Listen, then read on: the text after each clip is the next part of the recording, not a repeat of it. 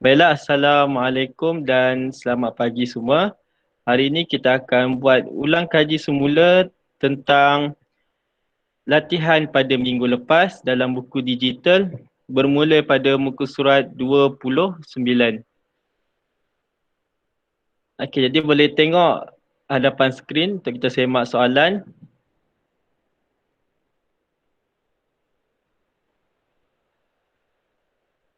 Okey, ni muka surat berapa ni? 29. Okey, ni muka surat 29 ya. Okey, yang pertama, apakah maksud kemandirian spesies tumbuhan? Okey, jawapannya kemandirian spesies tumbuhan ialah keupayaan. Jawapannya adalah keupayaan sesuatu tumbuhan dalam mengekalkan spesiesnya untuk terus hidup. Okey, cikgu ulang semula sekejap. Cikgu boleh tak buat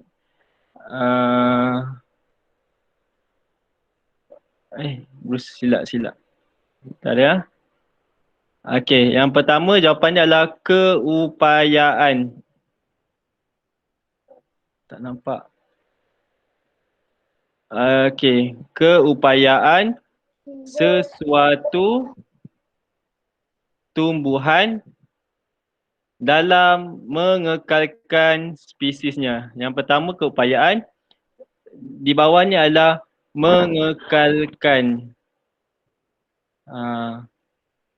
Okey, mengekalkan spesiesnya untuk terus hidup. Okey, macam kawan-kawan buat ni, kemandirian spesies tumbuhan ialah ciri khas sesuatu tumbuhan dalam melindungi dirinya daripada musuh spesiesnya untuk terus hidup. Okey, untuk jawapan yang kawan kamu buat ni, kemandirian spesies tumbuhan ialah ciri khas. Okey, cikgu boleh terima juga ya ciri khas. Okey, ciri khas ni cikgu boleh terima suatu tumbuhan dalam melindungi dirinya daripada musuh spesiesnya untuk hidup. Yang bawah ni cikgu tak terima. Okey. Jadi apa dia kemandirian spesies tumbuhan ialah keupayaan suatu tumbuhan dalam mengekalkan spesiesnya untuk terus hidup. Okay, kita tengok yang ke bawah pula. Nyatakan ciri khas tumbuhan di bawah untuk melindungi diri daripada musuh. Okey, untuk buah nangka. Okey, buah nangka Mengeluarkan getah. ya, buah nangka jawapannya adalah mengeluarkan getah, boleh betul juga. Yang penting ada perkataan getah ni. Okey, yang penting ada perkataan getah. B, bunga Rafflesia, jawapan dia? Berbau busuk. Berbau busuk. Ya, berbau busuk, mengeluarkan bau busuk, betul. Okay, yang penting ada tulisan bau busuk. Okey, sebentar. Okey, selamat datang Mawaddah. Boleh buka buku digital muka surat 29. Baik, yang C, pokok bunga mawar. Jawapannya Berduri. ya. Tajam. Berduri tajam. Jawapannya adalah berduri tajam. Okey, kalau berduri betul juga. Berduri atau berduri tajam. Okey. Kita terus je. Naili dengarlah suara. Yang seterusnya di pokok tebu. Baik, pokok tebu jawapannya? Berbulu halus. Ya, berbulu halus. Berbulu halus. Baik, bulu halus ni bukan calang-calang bulu. Bulu halus ni dia macam duri juga sebenarnya. Dia boleh cocok tangan kita. Dia macam ada bisa lah. Untuk pengetahuan kamu, ular dia cukup takut dengan pokok tebu ataupun pokok buluh. Pokok buluh pun ada berbulu halus juga. Bukan pokok tebu, pokok buluh. Samalah tu pokok tebu. Sebab dia ada, Kenapa dia takut? kenapa dia takut? Sebab dia ada bulu halus. Bulu halus ni bukan calang bulu. Bulu halus ni dia boleh cocok kat tangan kita. Dia kecil je. Tapi dia boleh cocok. Sakit lah, dia ada bisa. Jadi kalau ular pergi melingkar dekat batang pokok ni, dia boleh terkena bisa bulu halus tu. Tapi ular juga dia paling suka duduk dalam pokok buluh. Sebab apa? Sebab dalam pokok buluh kamu tengok batang dia, dalam dia ada ruangan kosong. Okey, jadi ruangan kosong ni dia sejuk. Jadi ular cukup suka dengan lubang yang dalam pokok tebu ni, dalam pokok buluh, tetapi ular je cukup takut dengan bulu-bulu halus yang berada di luar batang buluh. Itu kalau ada petua orang dulu kata kalau jumpa ular, pukul dengan batang pokok tebu, batang pokok buluh. Okey. Okey, yang E pula, cendawan, jawapan dia? Beracun. Beracun. Ya, beracun. Ataupun ada racun, betul. Okey, kita pergi kepada muka surat seterusnya. Okey, muka surat ke-30. Padankan jenis tumbuhan dengan ciri khas tumbuhan yang betul. Okey, kita akan tengok padanan yang betul. Baik, yang pertama, A, jenis tumbuhan pokok Getah yang ombena, melekit. nangka, gelandi. Okey. Jawapannya, okey betul. Getah yang melekit akan menghindarkan haiwan daripada memakan dia. Okey, A jawapannya di dua bawah ni. Okey, B, cendawan, pokok keladi dan pokok pompong. Jawapannya mana? Mengandungi racun. Mengandungi racun. Dia mengandungi racun yang menyebabkan musuhnya sakit atau mati apabila memakannya. Okey, cendawan kalau kamu tengok, kalau kamu pergi hutan kamu nampak cendawan, kadang-kadang kamu terus makan. Tak boleh ya. Sebab ada cendawan yang boleh makan, selalu kita buat sup ke apa, letak cendawan kan. Yang tu boleh makan, tetapi ada juga cendawan yang tak boleh makan. Yang tu cikgu tak tahu. Apa beza cendawan beracun dan cendawan tak beracun. Baiklah. Bentar. Okey, seterusnya C. Okey, C, pokok Rafflesia, tembakau dan bunga tahi ayam. Siapa Bau tahu? yang tidak menyenangkan. Ya, bau yang tidak menyenangkan. Kalau kamu tengok ada pokok Rafflesia je, mesti jawapannya bau yang tidak menyenangkan daripada dapat menghindarkan musuh daripada mendekatinya. Rafflesia, tembakau dan bunga tahi ayam. Okey, kalau mak kamu ada tanam bunga tahi ayam tu kamu boleh bawa sendirilah kat rumah. Okey, pokok tu nama je bunga tahi ayam disebabkan bau dia yang busuk. Baik, yang D, huruf D, pokok tebu, buluh dan pokok serai. Jawapannya? Bulu halus pada tumbuhan. Bulu halus pada tumbuhan. Ya? Cikgu ada dengar. Bulu halus pada tumbuhan. Okey. Tengok bulu halus pada tumbuhan ini menyebabkan kegatalan pada musuh. Ni cikgu cakap ni. Bukan saja kegatalan tapi kalau cikgu lu selalu ambil batang pokok buluh tu, kita kena ambil hati-hati. Kalau tak, kamu boleh terkena bisa bulu halus tu. Okey. Kita tengok E, pokok bunga mawar, semalu dan kaktus. Jawapan dia? Duri yang tajam. Menyebabkan musuh tidak menghampirinya. Betul. Durinya yang tajam menyebabkan musuh tidak menghampirinya. Okey. Apa beza duri yang tajam dengan bulu halus? Bulu halus kecil, duri tajam besar. Betul. Bulu halus dia kecil je. Duri tajam dia besar. Kalau duri tajam dia bentuk dia macam ni. Kamu nampaklah dia bentuk duri. Kalau bulu halus macam ni je, satu ni je. Tapi kedua-duanya boleh juga dia boleh mencederakan kita ataupun apa, menyocok tangan kita ataupun kulit kita. Dia boleh cocok, dia boleh masuk ke dalam kulit kita. Okey. Selesai muka surat ke-30. Seterusnya muka surat 31. Okey, surat 31. Kita tengok, lengkapkan jadual di bawah dengan jawapan yang betul. Jenis tumbuhan, kita tengok pokok kunyit. Kita tengok ciri khas dia.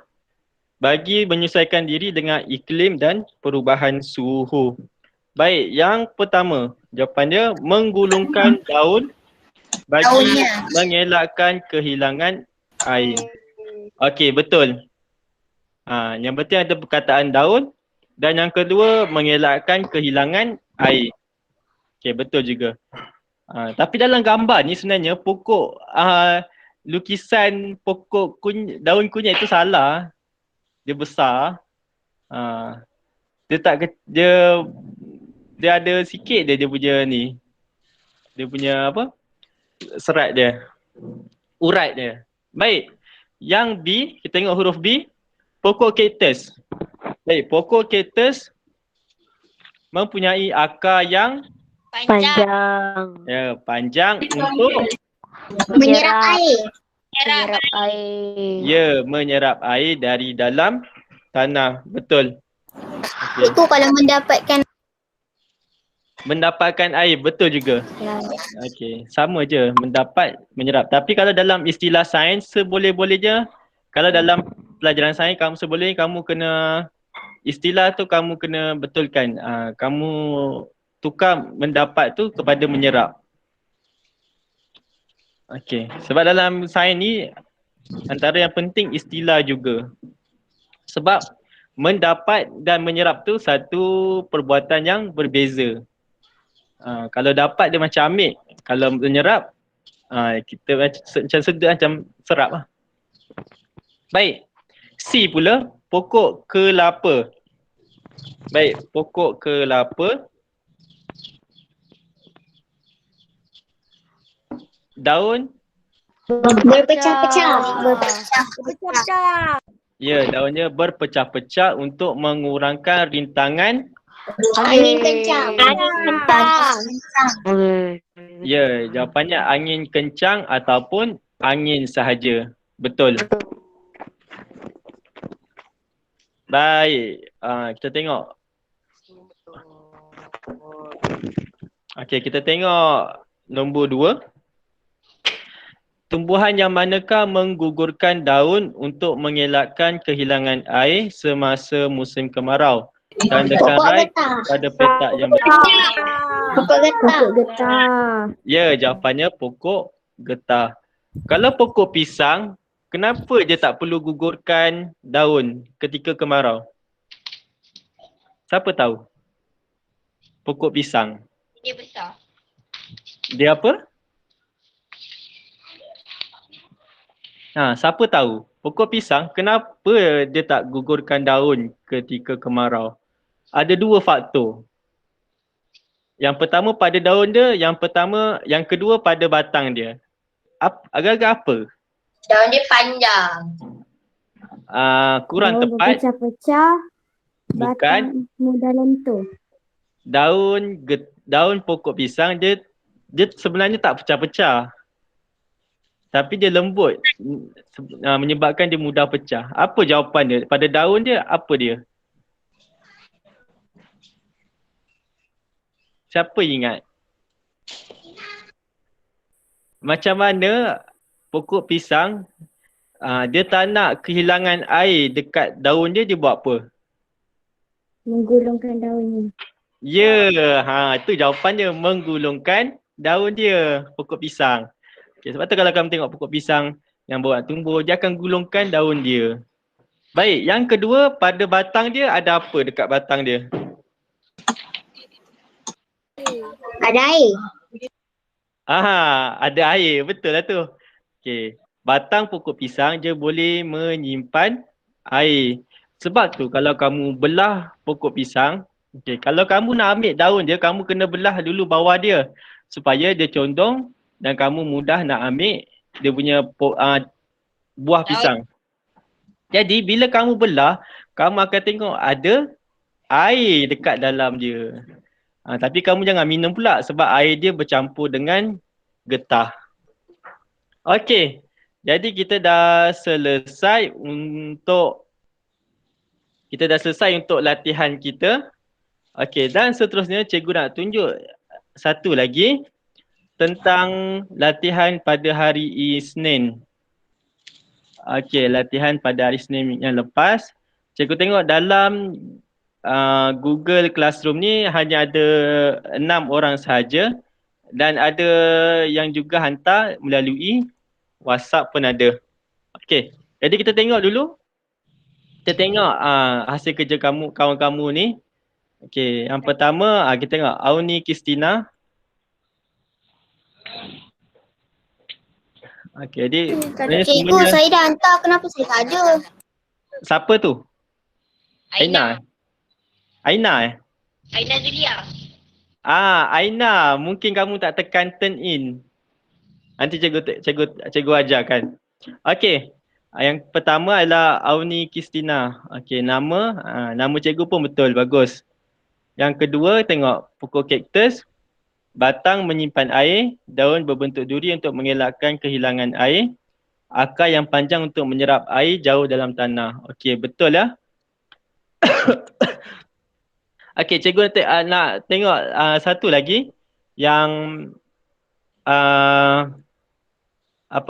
yang lain pada lain lah. Cikgu akan tunjukkan yang kawan-kawan umat lain pada lain.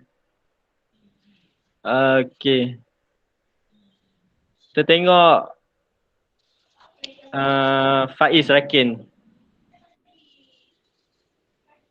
Okey.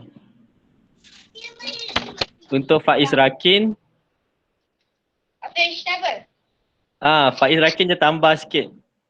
Okey, ni pokok kaktus dia bagi penerangan. Okey, dia ada bagi penerangan 2. Lepas tu dia tambah lagi pokok pisang. Ni, tengok pokok pisang batang boleh menyimpan air. Pokok pisang menggulungkan daun ketika cuaca panas. Okey, itu dia punya ciri khas dia. Okey, yang dia tambah satu lagi, pokok getah. Okey, pokok getah dia gugurkan daun supaya dapat mengelak kehilangan air. Okey, itu antara antara yang kamu buat lah, dan banyak lagi. Okey, contoh cikgu tengok contoh Naili. Okey. Mana? Okey, Naili pun buat kaktus juga. Tapi dia tambah gambar kat depan ni. Dan nama cikgu tak lengkap. Kena tambah lagi. Badrul Iskandar. Okey. Yang lain tengok Izrayan. Okey, ni yang kamu buat di rumah. Izrayan. Okey, Izrayan pun sama, dia buat tentang kaktus.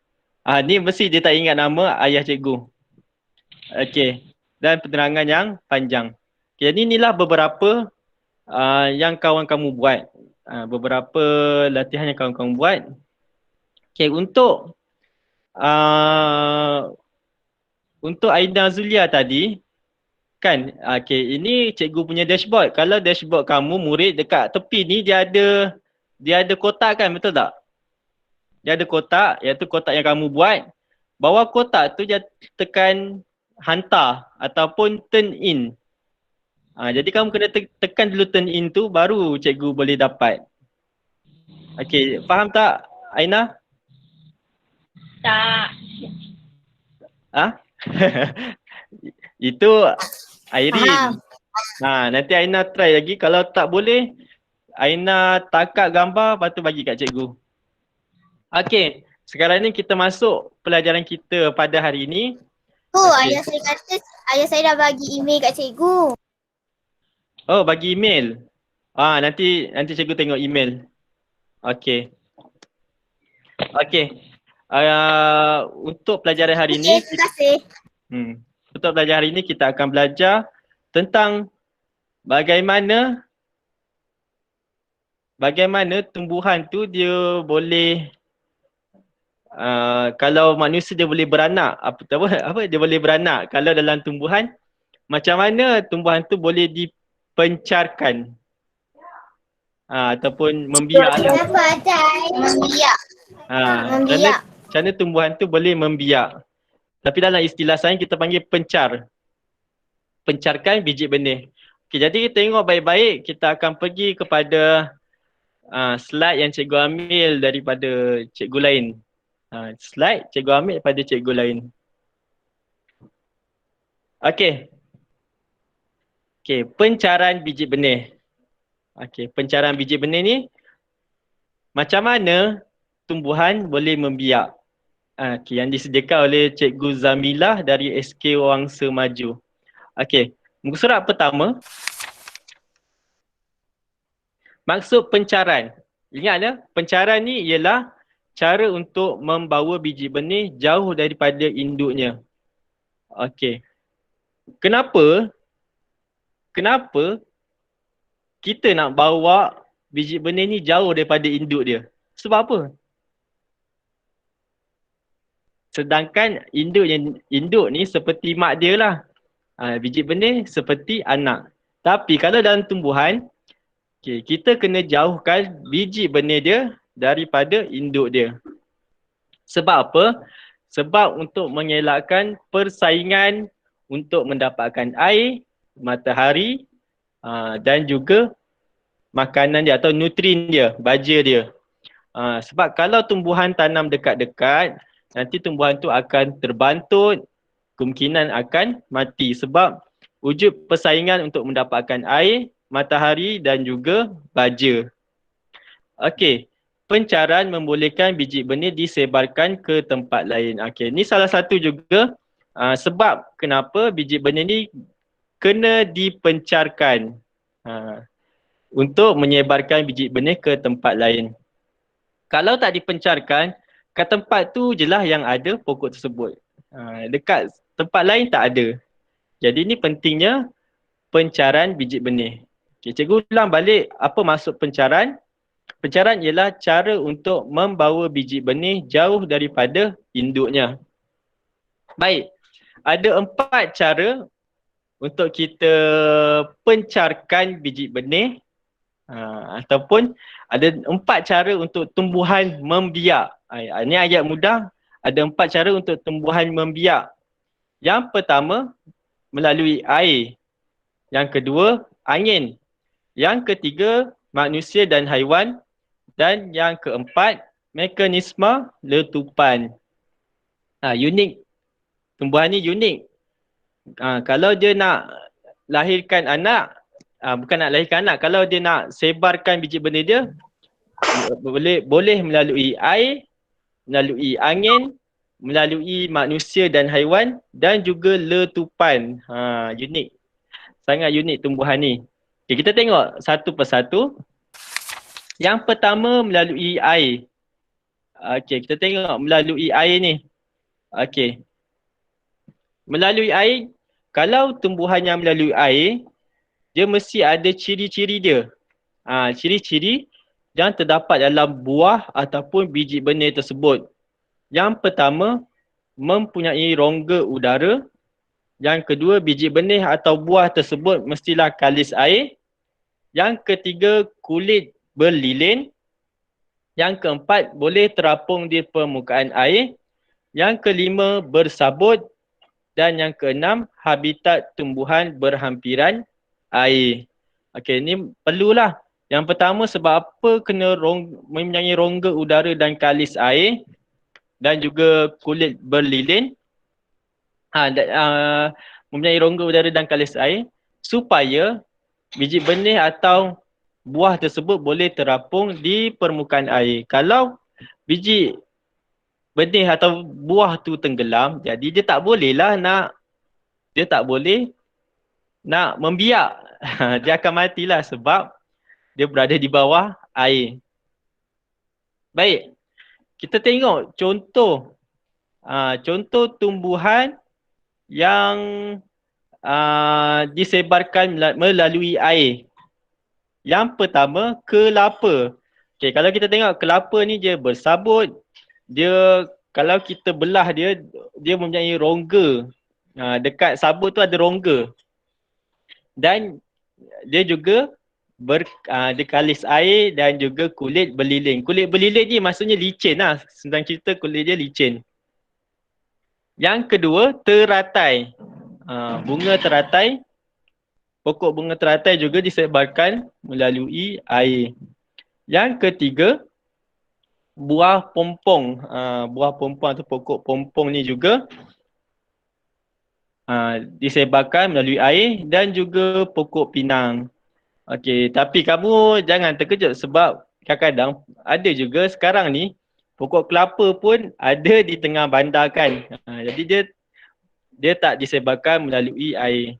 Cuma sebenarnya pokok kelapa ni keempat-empat tumbuhan yang kamu tengok ni dia banyak berada di sungai dan juga di laut. Okey, macam di tempat cikgu, di kampung cikgu berdekatan dengan laut. Jadi tempat cikgu tu banyak sangat pokok kelapa. Okey, sebab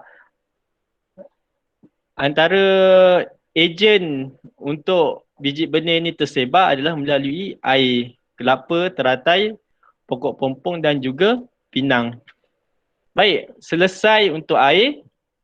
Kita dah tengok ciri-ciri dia. Ciri-ciri dia mestilah yang boleh terapung di permukaan air.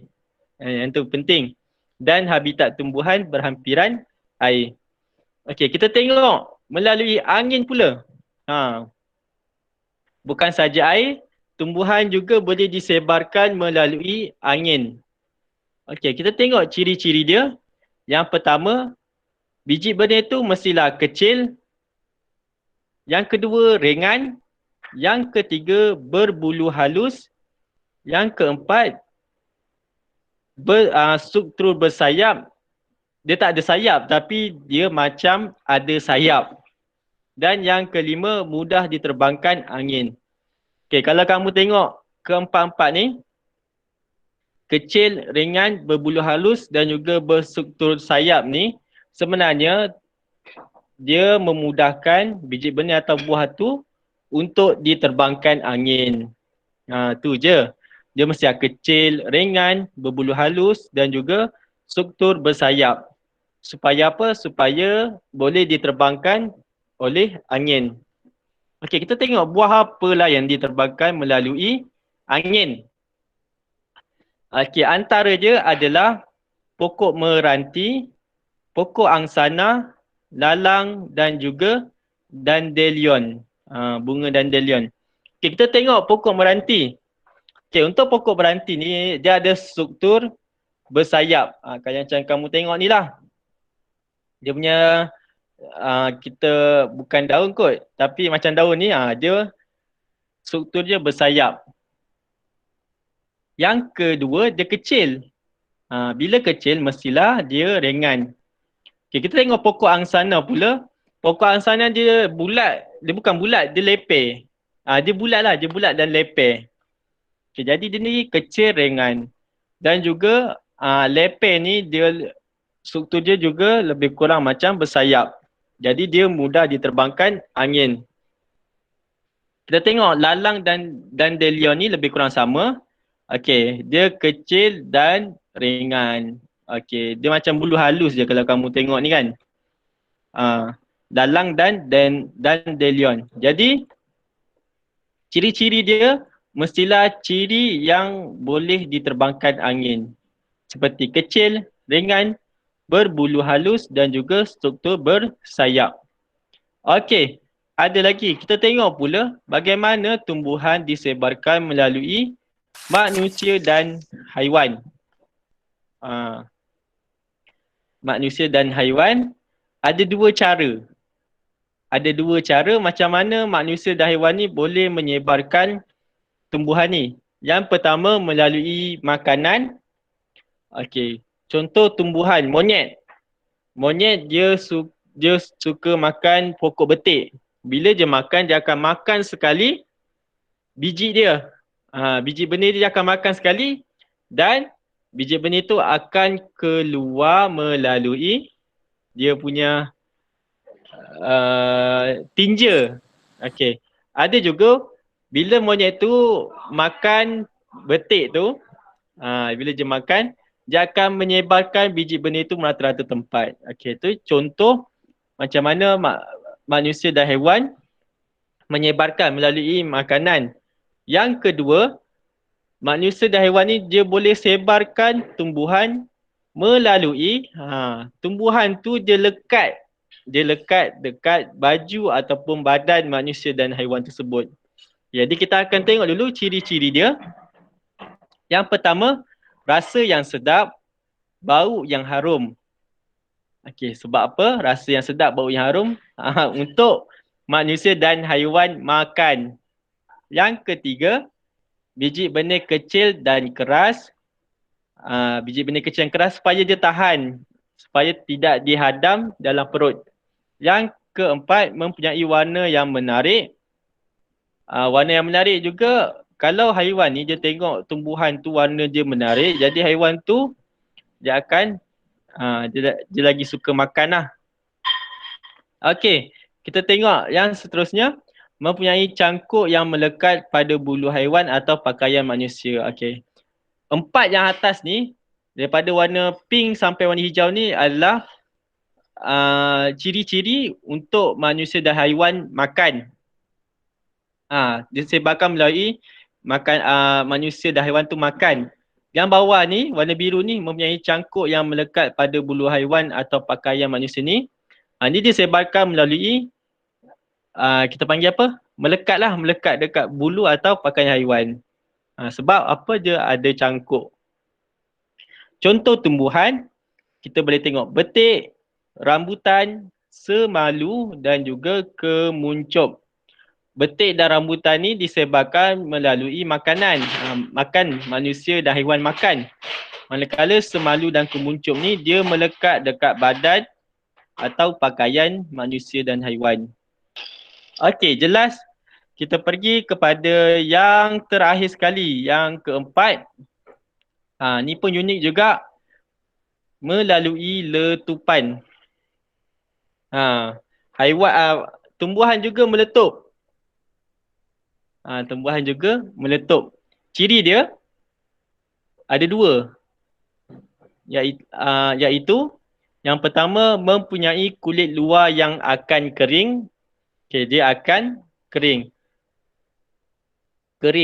Dan yang kedua, merekah atau menggulung apabila sudah matang. Kalau matang ni maksudnya dah dekat masak lah. Dia akan merekah dan atau menggulung. Okey, contoh tumbuhan. Yang pertama, pokok keembung. Keembung ke atau keembung? Keembung. Keembung. Okey, bunga keembung kan? Okey, bunga keembung. Dalam ni, yang kamu tengok dalam ni dia ada biji benih. Bila dia dah matang, dia dah kering. Okey, nanti pokok dia punya ni dia akan pecah, dia akan meletup dan dia akan sebarkan biji benih tu. Yang kedua, buah getah. Okey, ni pokok getah lah. Pokok getah ni dia ada buah. Ni buah dia. Buah ni akan meletup. Kalau kat rumah kamu ada pokok getah, nanti kamu akan dengar buah getah ni meletup. Kita boleh dengar. Yang ketiga, biji sagu ataupun pokok sagu pula. Biji saga. Selalu ni kadang-kadang kita jumpa biji warna merah ni. Dia berasal daripada pokok saga. Dia meletup juga. Yang keempat, pokok sembara api. Dan yang kelima, pokok bendi. Okey, pokok bendi ni kalau dah tua dia akan kering. Okey, bila dia kering, dia akan merekah. Sewaktu merekah itulah dia akan meletup. Dan dia akan keluarkan biji-biji yang dalam ni. Yang dalam tumbuhan ni. Okey. Jadi ada 5 contoh tumbuhan yang disebarkan melalui mekanisme letupan. Okey, jadi dekat sini sebelum cikgu kita pergi kepada kepentingan pencarian biji benih ni, ada apa-apa soalan tak untuk subjek ni? Okey, cikgu anggap tak ada soalan. Okey, dan yang terakhir sekali sebelum kita tamatkan, yang terakhir sekali kita akan tengok kepentingan pula. Kepentingan pencarian biji benih. Okey, kepentingan pencarian biji benih. Sebab apa penting dia biji benih ni disebarkan? Semestinya kita tengok pada buku teks. Okey, kepentingan kembalian spesies haiwan dan tumbuhan. Okey, dia kata kat sini pelbagai hidupan saling bergantung untuk mengekalkan keseimbangan alam. Jadi kita dah tahu dah. Okey. Kita perlu menjaga keseimbangan antara manusia, haiwan dan juga alam sekitar. Alam sekitar ni termasuklah sungai, laut dan juga tumbuhan. Okey. Jadi ketiga-tiga ni dia menjaga keseimbangan alam. Kalau kita kacau antara tiga ni, alam kita boleh jadi tak seimbang. Contoh kita tebang banyak pokok. Bila pokok dah tak ada, apa yang jadi? Dia boleh menyebabkan tanah runtuh dan terhakis. Okay, jadi yang pertama, kepentingan yang pertama adalah tumbuh-tumbuhan merupakan sumber makanan kepada hidupan lain. Okey, ini yang pertama. Sebab apa pentingnya tumbuh-tumbuhan ni disebarkan, biji benih ni disebarkan? Yang pertama, tumbuh-tumbuhan merupakan sumber makanan kepada hidupan lain, iaitu haiwan dan manusia. Okey. Haiwan dan manusia juga, haiwan dan manusia, dia ada juga fungsi dia untuk tumbuhan, iaitu dia membekalkan baja dan nutrien kepada tumbuh-tumbuhan melalui proses pereputan. Kalau haiwan dan manusia dah mati, dia akan mereput. Bila mereput, dalam proses pereputan tu dia akan keluarkan baja atau nutrien, dan nutrien ni akan digunakan untuk pokok. Baik, seterusnya okey, hidupan menyumbang kepada hidupan ni, manusia dan tumbuhan, dia membantu tumbuh-tumbuhan memencarkan biji benih dan buah tumbuh-tumbuhan. Macam tadilah, melalui makanan dan juga dia melekat dekat pakaian atau badan. Okey, dan yang ketiga, tumbuh-tumbuhan ni sebagai tempat perlindungan untuk haiwan. Ini saran daripada tumbuh-tumbuhan. Okey. Tumbuh-tumbuhan ni tempat perlindungan kepada hidupan. Kalau dulu manusia pun menggunakan tumbuh-tumbuhan untuk dijadikan sebagai rumah lah. Tapi sekarang kita dah tak gunakan tumbuh-tumbuhan kan, kita gunakan batu-bata. Tetapi haiwan masih lagi menggunakan tumbuh-tumbuhan untuk membuat sarang dan sebagainya. Dan tumbuh-tumbuhan juga penting untuk membekalkan oksigen kepada hidupan lain. Okey, inilah kepentingan kenapa kita perlu jaga keseimbangan alam antara manusia, haiwan dan juga tumbuh-tumbuhan. Sebab dia ketiga-tiga ni saling memerlukan antara satu sama lain. Dan dalam agama Islam juga memang ditanggungjawabkan kepada kita untuk menjaga alam ni lah, dunia ni, daripada sebarang kerosakan. Okey, jadi sampai sini saja. Untuk akhir sekali, cikgu akan bagi latihan kita pada hari ini, iaitu kamu kena menjawab kuis. Okey, jawab kuis di mana seperti biasa di Google Classroom. Sekarang ni cikgu guna Google Classroom sahaja ya. Dan kalau yang tak dapat masuk ke dalam Google Classroom ni, boleh tanya cikgu apa email kamu, email MOE kamu, email ID Delima kamu. Sebab nak masuk dalam Google Classroom ni kena guna email Delima. Dan kalau yang tak dapat masuk tu, cikgu tak boleh buat apalah. Tapi cikgu akan bagi link Google Form ni dalam link kat bawah ni, cikgu akan bagi. Okey. Okey, dan cikgu akan bagi link di Telegram selepas habis kelas ni. Okey, ada sebarang soalan? Tak ada. Okey, cikgu bagi masa 1 minit ni untuk sebarang soalan sebab lepas ni kelas lain kan. Cikgu, link cikgu bagi kat Telegram Cikgu akan bagi di Telegram. Tapi lewat sikit lah sementara cikgu tunggu rakaman YouTube. Okey, jadi cikgu hentikan rakaman kita. Okey.